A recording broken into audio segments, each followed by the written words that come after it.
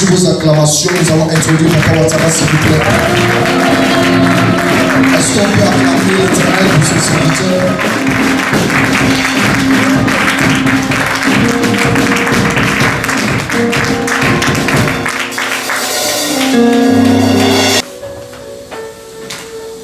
Je disais, qui a aimé le séminaire de l'évêque Marie-Christ? Et c'était sur quoi?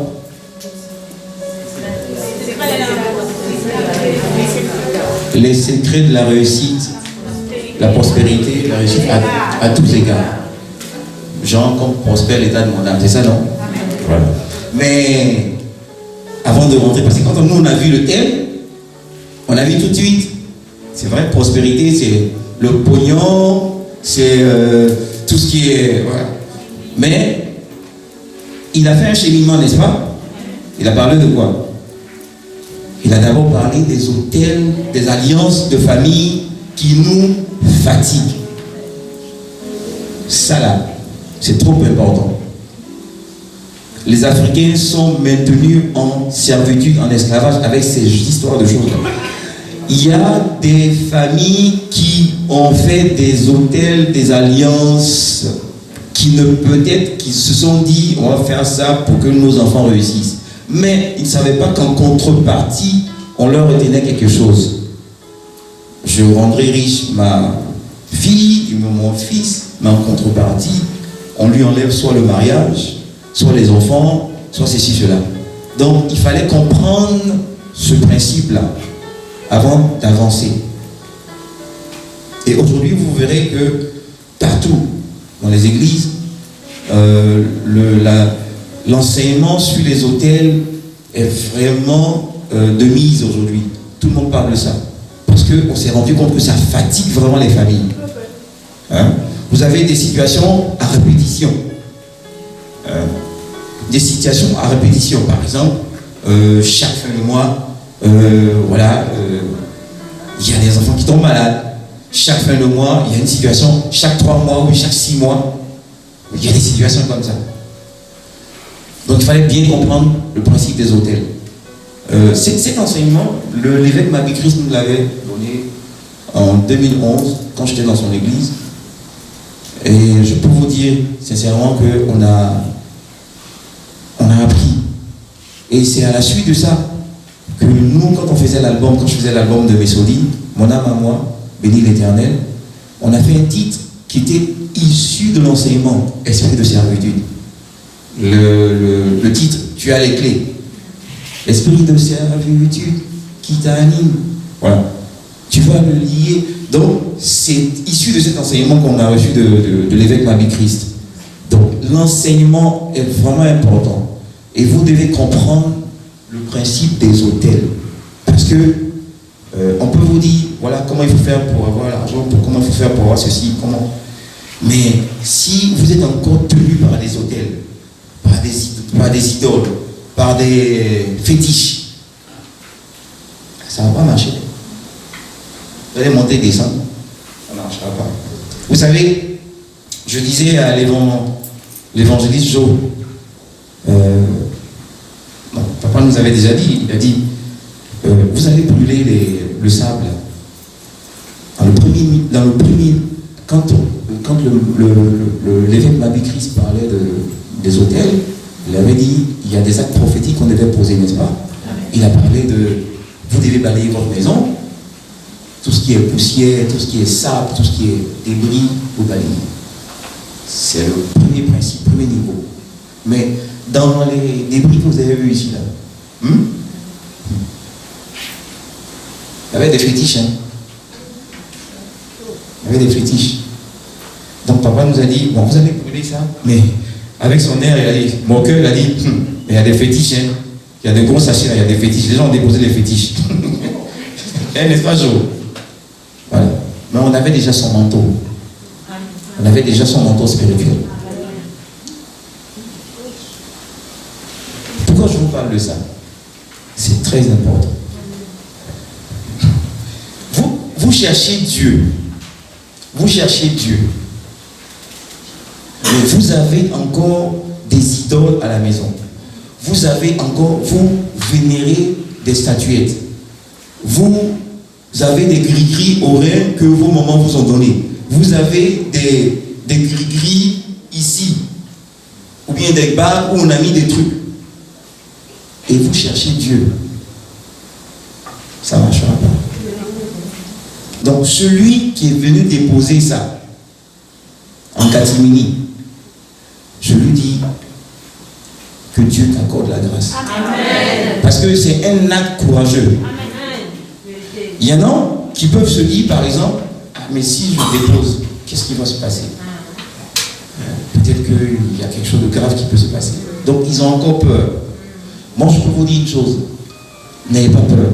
Dès que vous êtes rentré dans cette église, vous êtes sous le manteau de votre papa, l'évêque, le prophète, quoi Dieu Roméo, il sera évêque.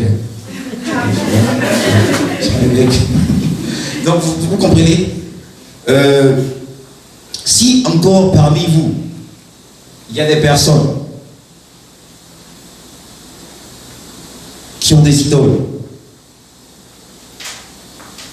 qui ont des statuettes, qui ont des grillères à la maison, moi je vous exhorte à prendre votre courage en main et venir les déposer. C'est le premier niveau, la première étape dans la recherche de Dieu. Je vous donne 2 rois dans la Bible, dans 2 Chroniques 14. Je ne suis pas encore à mon thème. 2 Chroniques 14, quand on parle du roi Asa, n'est-ce pas?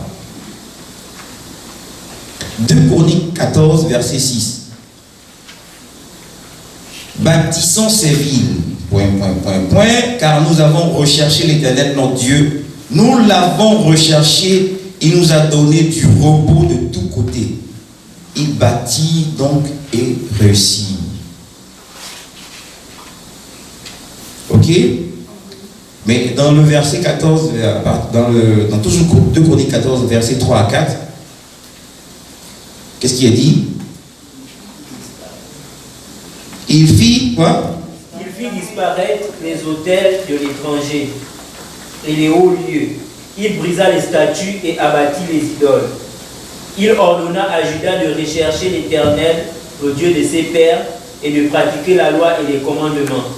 Il fit disparaître de toutes les villes de Juda les hauts lieux et les statues consacrées au soleil. Et le royaume fut en repos devant lui. Et le royaume fut en repos devant lui. Vous ne pouvez pas rechercher Dieu si vous avez encore des statuettes. C'est pas possible. C'est pas possible. 2 Chroniques 15, verset 8. Asa se fortifia et fit disparaître les abominations de tout le pays de Juda et de Benjamin. C'est pour ça que je veux saluer celui qui est venu déposer le gris-gris là.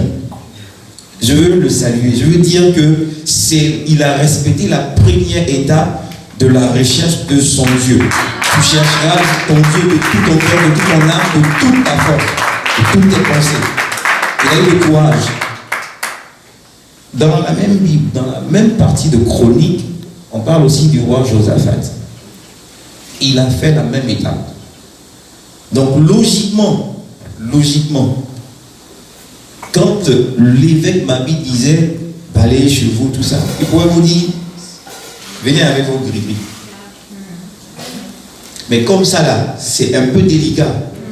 Et souvent ça fait honte. Il n'a pas osé. Mais c'était une façon de dire ça. Et celui qui est venu déposer là, lui, il a compris le message. Il a vraiment compris le message. Je souhaite que si vous ne l'avez pas encore fait, vous pouvez attendre votre père quand il va revenir.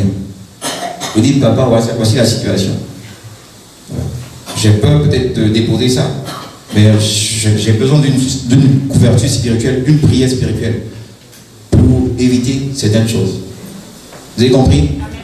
Donc c'est la première étape. Chercher votre Dieu, ça passe par ça d'abord. Il faut avoir le courage. Dans la Bible, on dit, ils ont cherché Dieu de plein gré. De plein gré. Gros musical. Ils ont cherché Dieu de plein gré.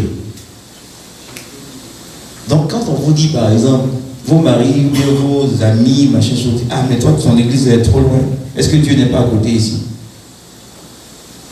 Il y a des filles qui habitent au 11 ou au 12. Les conjoints disent, mais est-ce que Dieu est forcément ici? Dieu n'est pas à côté là-bas. Pourquoi tu vas trop loin là-bas? Elles n'arrivent pas à les convaincre. Mais je peux vous dire une chose, l'affaire de Dieu, quand on est adulte, c'est une décision personnelle.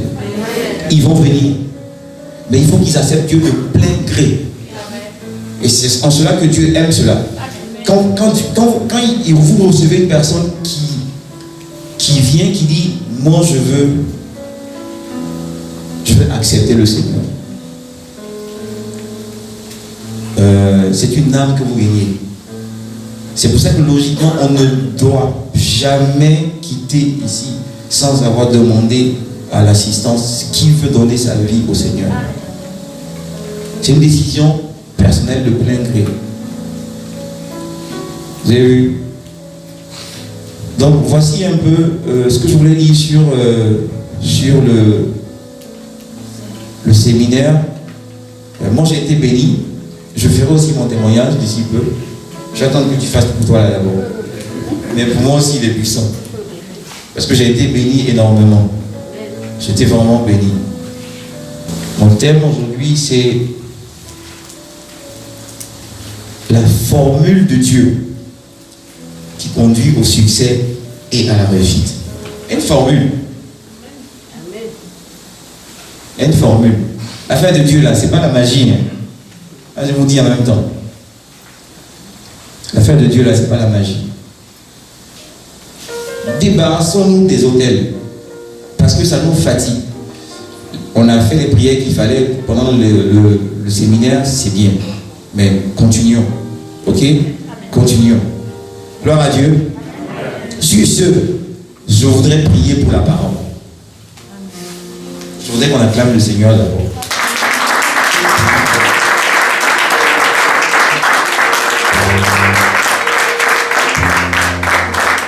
Père, je voudrais bénir ton nom ce matin. Voilà, nous allons partager la parole. Je voudrais être un canal. Un canal nettoyé par l'humilité, afin que tu puisses délivrer fidèlement le message que je veux partager aux enfants de la cité de Canaan. Père, tu déclares que ta parole est esprit et vie, que le message que nous allons partager, qui est issu de ta parole, produise la vie dans la vie de tes enfants. Répare ce qui est gâté. Encourage une personne. Donne des instructions et donne une formule qui produit du succès et de la réussite. Père, que ce moment, qui certainement sera glorieux et puissant, Père, que tout ceci te revienne. Au nom de Jésus que j'ai prié. Amen. Asseyez-vous.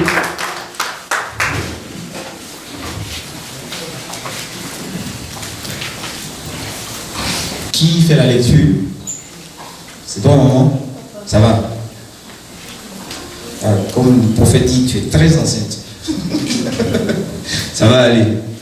En tout cas, Dieu fait grâce. Alors, on va prendre dans le livre de Josué 1, à partir du verset 7 jusqu'au verset 8. Tu peux... C'est bon ton micro? Est-ce que ça va? Amen. Hein? Amen. Vous êtes comme des orphelins, papa n'est pas là. Non, ça va aller. On va partager la parole. Allons-y. Nous lisons la parole de Dieu dans le livre de Josué, chapitre 1, versets 7 à 8. Afin de réussir dans tout ce que tu entreprendras. Verset 8. Que ce livre de la loi ne s'éloigne point de ta bouche. Que ce livre de la loi que j'ai donné à maman Salomé ne s'éloigne point de ta bouche. Amen. Continue. Médite-le jour et nuit. Médite-le jour et nuit. pour agir fidèlement selon tout ce qui y est écrit. Pour agir fidèlement selon tout ce qui est écrit. Reprends le verset, verset 8. Que ce livre de la loi ne s'éloigne point de ta bouche. D'accord. Médite-le jour et nuit pour agir fidèlement selon tout ce qui est écrit. Car c'est alors que tu auras du succès dans tes entreprises, c'est alors que tu réussiras. Vous avez vu? C'est alors que tu auras du succès dans tes entreprises et c'est alors que tu réussiras. Asseyez-vous. Regarde, moi, j'ai une chose que j'ai compris. La Bible, en fait, c'est pas la magie. C'est pas la magie. C'est des principes qui sont à l'intérieur qu'il faut utiliser et dérouler. Utiliser et dérouler. Quand on dit dérouler, c'est mettre ça en application. Bon, tu vas prier, Dieu bénis-moi, Dieu bénis-moi. Dieu ne va pas quitter là où il est, des cieux, là, pour venir te bénir. Non, il t'a déjà donné le livre là. Et c'est dedans qu'il y a la bénédiction. Pour une situation bien spécifique, tu trouveras la parole qu'il faut, tu la comprendras avec ton intelligence et tu la mettras en application. Et ça va produire du succès et de la réussite. C'est ça, hein? C'est pas la magie. En toute situation, tu as une parole spécifique dans la Bible que si tu as compris, comprendre fait intervenir ton intelligence et que tu mets en application, appliquer, fait intervenir la sagesse, alors ça produira du succès et de la réussite. Ça va résoudre la situation qui se présente à toi.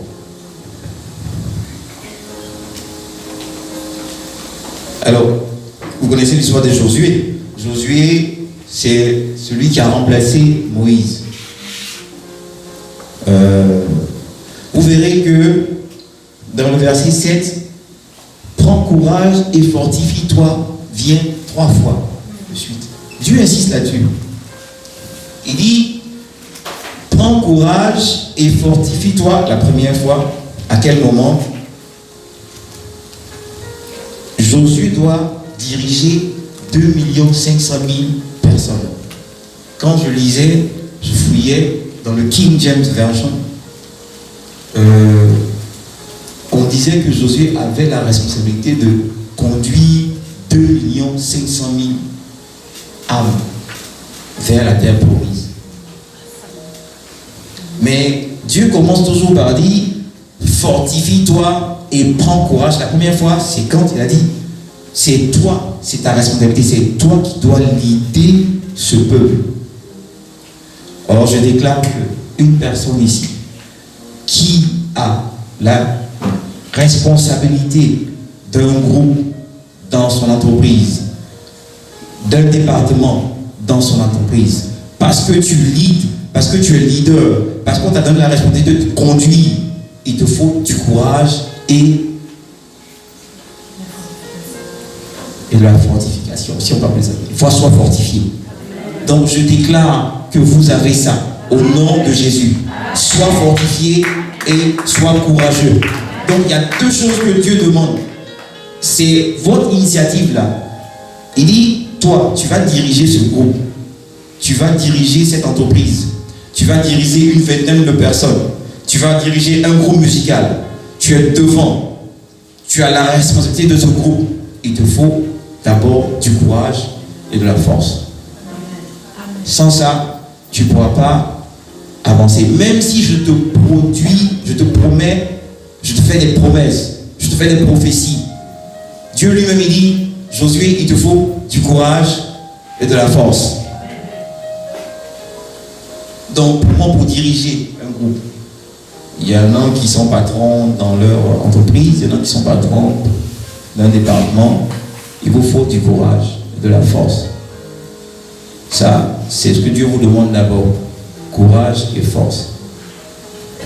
Il dit fortifie-toi aussi et prends courage. À quel moment?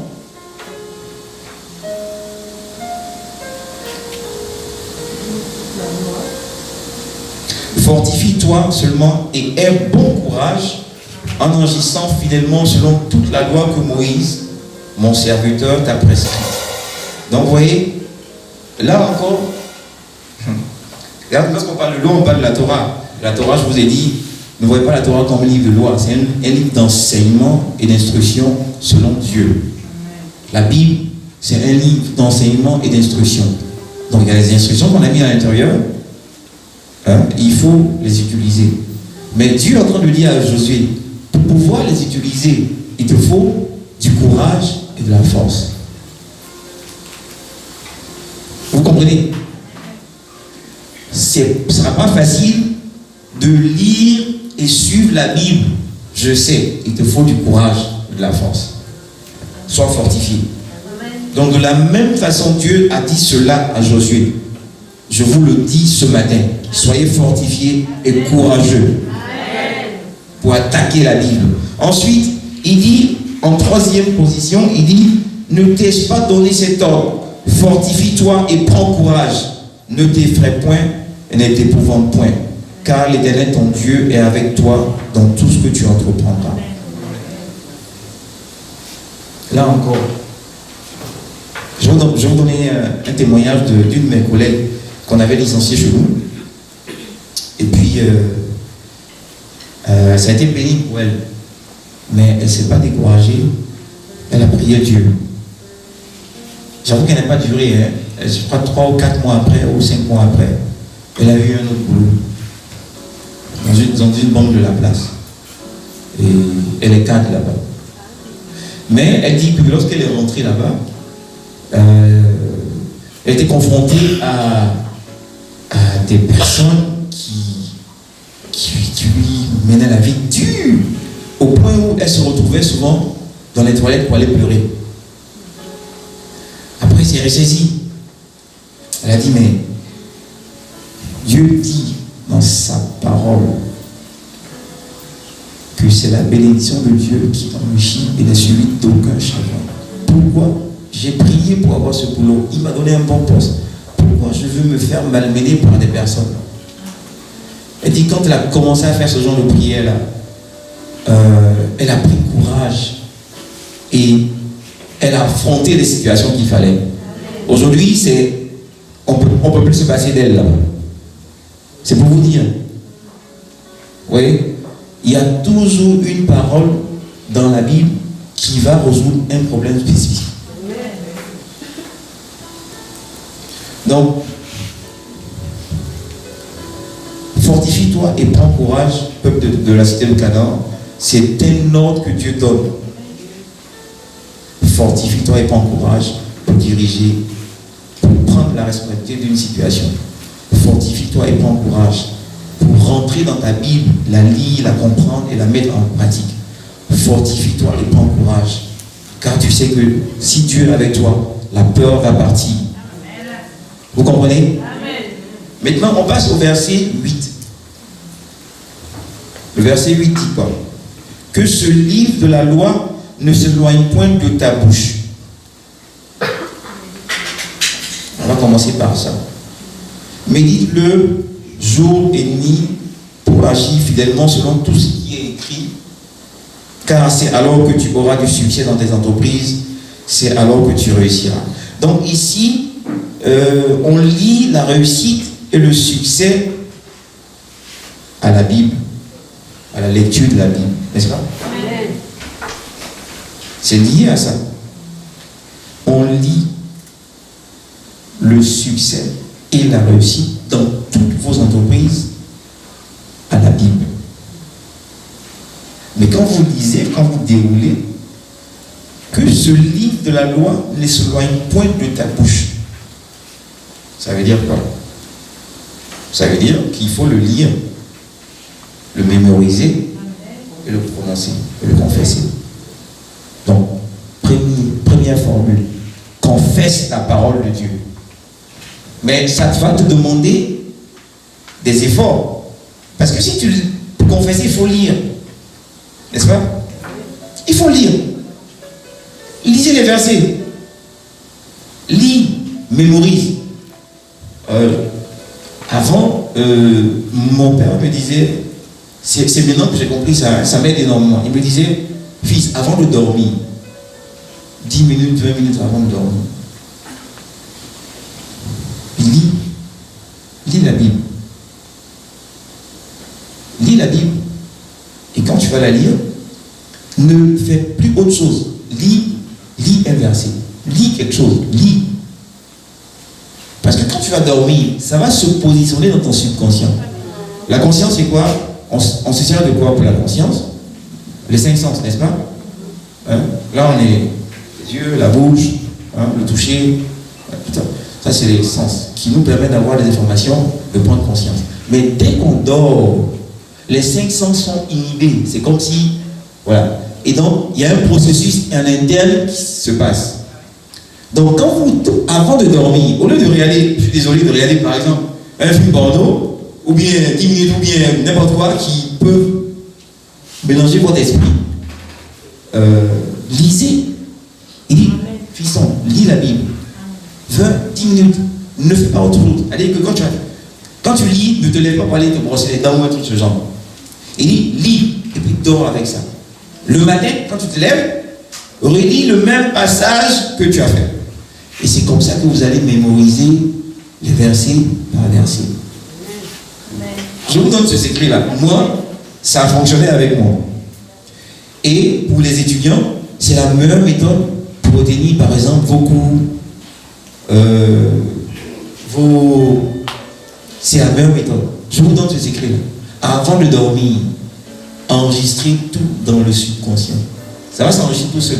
Et le matin, quand vous êtes conscient, vous êtes réveillé, ce qui est dans le subconscient va revenir en haut, en surface.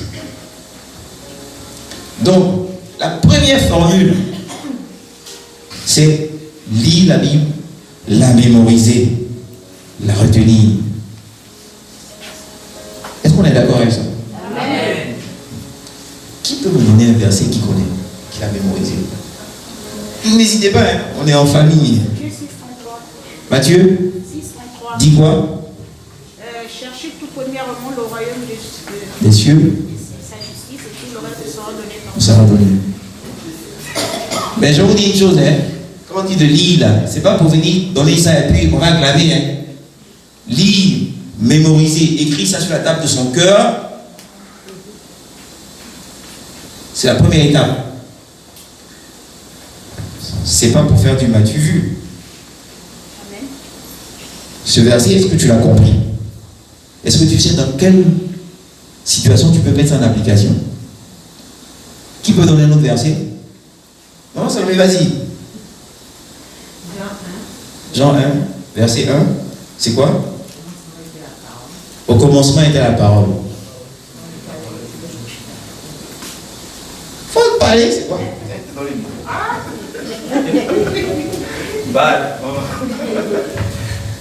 Au commencement était la parole.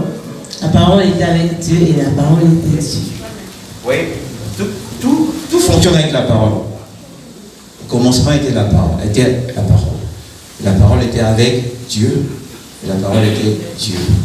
Il y a un cheminement de la parole. Donc, il y en a beaucoup, les versets. Et chaque verset gère une situation précise. Et vous avez le droit de les utiliser. Mais si vous ne lisez pas, et ne mémorisez pas, ça ne va pas vous aider. Vous allez chaque fois aller chercher quelqu'un pour prier pour vous. Donc moi, Salomé, je t'ai donné un trésor. Hein. C'est un véritable trésor. Il faut bosser. Hein. Donc faites ce que je vous ai dit là. 10 minutes, 20 minutes avant de dormir, lisez un passage biblique. Première étape, la formule 1. Je lis, je mémorise et je confesse. Ok? Ensuite, il dit quoi? Médite-le jour et nuit. Donc, celui de la loi ne s'éloigne point de ta bouche. Médite-le jour et nuit. Méditer, c'est quoi? Réfléchir à ça. penser, cogiter, le retourner pour le comprendre. Donc, confesse la parole, prononce. Deuxième formule, pense. Comprends avec ton intelligence. Et l'intelligence, ça se demande. C'est pas... Ça se demande. Demandez l'intelligence, je vous dis. Parce que c'est l'intelligence qui va vous permettre de comprendre. Et quand vous comprenez, c'est plus facile de mettre ça en application. Demandez l'intelligence à Dieu. Le plus grand roi, le plus riche, a demandé à Dieu, Seigneur, donne-moi un cœur intelligent, afin que je puisse discerner le bien du mal et que je puisse le mettre en application et je le mette au service du plus grand nombre. Donc, l'intelligence, ça se demande. L'intelligence, c'est la capacité de comprendre, de cerner les esprits, de cerner les situations. Et c'est avec l'intelligence que vous allez comprendre la parole. Donc, il ne s'agit pas de lire seulement, de retenir les versets. Quand on dit méditer, ça veut dire cogiter, réfléchir, tourner ça, comparer, comprendre. Voilà. Donc, première formule, je lis la parole, je la mémorise, je la confesse. Prononcer la parole. Deuxième formule, méditer la parole, c'est-à-dire réfléchir à cela. Penser, comprendre et la mettre en et ensuite pouvoir la mettre en application. Que dit le proverbe 7? Qui peut lire le proverbe 7? Est-ce que ça va jusqu'à présent? Amen. Donc, la première formule, c'est quoi?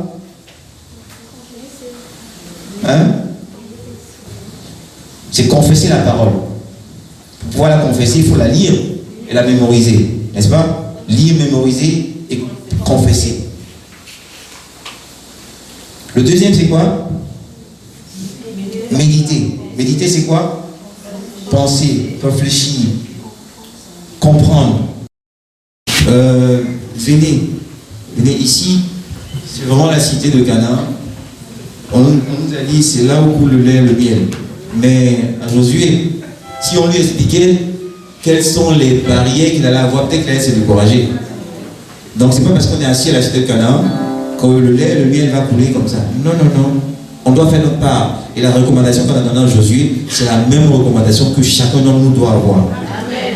Donc moi je vais vous demander, le jour que j'ai encore le micro pour prêcher, je vais vous demander même de réciter ça par cœur. Le verset 8.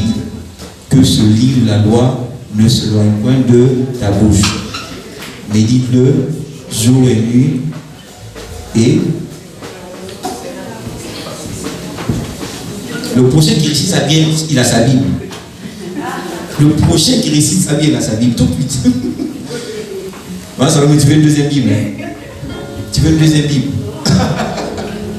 Donc, retenez cela. Vraiment, je vous exhorte à ça. Vous savez qu'aujourd'hui, c'est un dimanche assez particulier.